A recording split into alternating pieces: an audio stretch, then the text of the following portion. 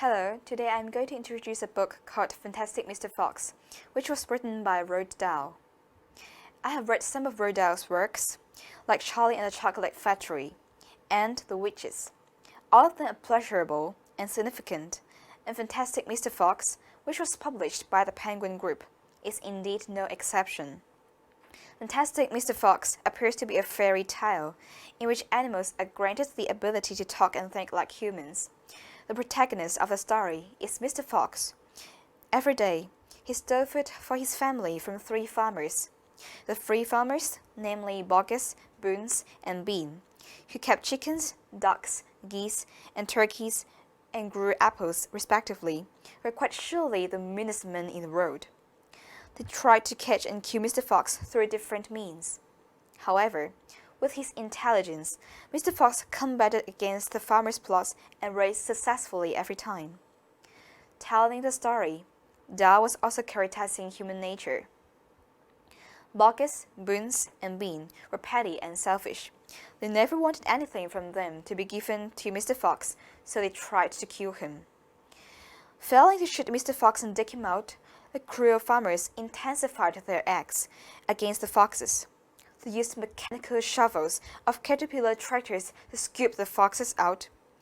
It was bloodthirsty of them to use powerful machines to fight against delicate animals. However, the more desperate the situation was, the more strenuously the foxes resisted. They won again. At last, the farmers camped on the hill day and night, watching the hole where the foxes lived continuously. They also ordered all workers in their farms to surround the hill with guns, not leaving a chance for Mr. Fox to escape. Even Bean's wife, Mrs. Bean, said she would be glad when Mr. Fox was killed and strung up on the front porch. The humans in the story were sinister people who bore viciousness in their mind. They were too selfish to give a poor a hand. Instead, they harmed the miserable people in order to get rid of them. That's how some people in the world behave. But there are no absolute validity and wrong in reality. Sometimes things can be neutral. Mr. Fox was a crafty and odious thief who stole from humans, and there is no doubt about this. But readers sympathize with him. His role was controversial. However, he robbed only for his family and life. He was just like a poor enriched man who is compelled to steal to struggle for life. Such thieves are not wicked, but pitiful. Moreover, Mr. Fox blossomed goodness in his mind. He was responsible for his family.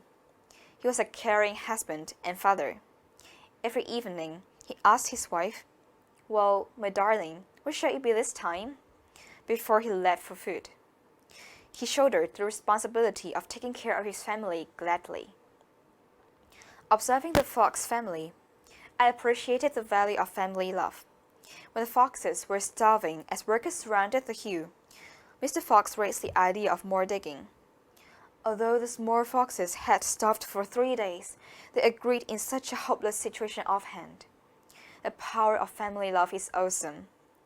Besides, Mrs. Fox placed her husband before her children, since he was the first one to think of digging against the farmers' shovels. Mr. Fox looked at his wife and smiled. Dahl's words figured how a delighted family was like. In the book, Mr. Fox's cleverness is most commended. As he slid out of Bogus' chicken house, he put the floorboards that he pushed up when he entered back into place, so that no one could ever know they had ever been moved. This move shows his smartness and cleverness.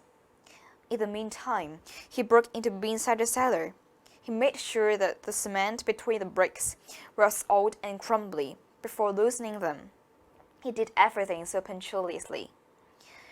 Cleverness and carefulness is essential in daily life because they can usually smooth our life. This book is also educational in this aspect because I think Dahl was using Mr. Fox's acts to arouse children's attention on being careful and smart in order to avoid mistakes.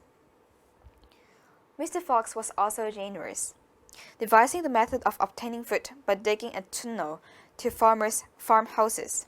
The Fox family was able to have a feast. Mr. Fox invited everyone to the feast: the badger, the mole, the rabbit, the weasel, and all their families. The spirit and generosity of sharing was precious. This is what humans in the story had never possessed. In Tao's works, goodness and virtues are praised, whereas greediness, selfishness, and all other devilries are protested. For instance, in Charlie and the Chocolate Factory, the best behaved child, Charlie, got the whole chocolate factory at last, while the spoiled, willful children were all punished. Fantastic Mr. Fox ends in a similar way. Mr. Fox, symbolizing kindness, wisdom, and generosity, definitely got rewards. He won the battle of wits with the farmers and enjoyed a marvelous feast. He acquired the solution to the problem of food and life as people were watching the whole constantly, building an underground village and lived happily forever, while the despicable farmers, who stood for selfishness and badness, waited for the foxes endlessly, never knowing their ignorance in the end. This is the most perfect ending that satisfies readers, and Tao expressed parables about humanity successfully with his amusing verse. This book is recommendable for the delights it provides to readers. It tells logics with pleasant and entertaining action. Tao created a world in which nice guys received rewards while villains gained punishments. Nevertheless, in reality, innocent people are often sent to prison. Rich criminal people escape from imprisonment for their capable lawyers. In such a confusing world, Roald Dahl's works tells us how the world should be and how we should behave to make it like that. Thank you.